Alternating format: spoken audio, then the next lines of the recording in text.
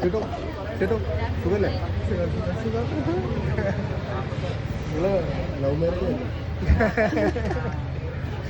മോളെ ദോഷം വിളിക്കുന്നു. നിങ്ങളെ കഥകളൊന്ന് പറഞ്ഞത്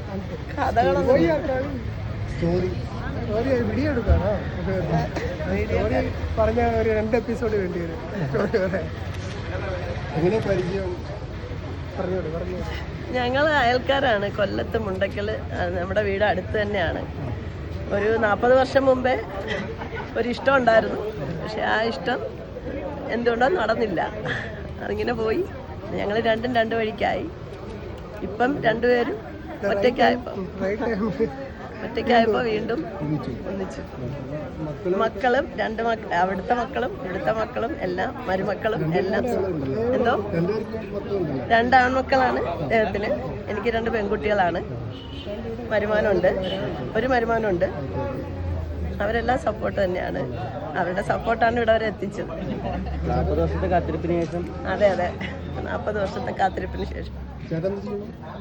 ഞാൻ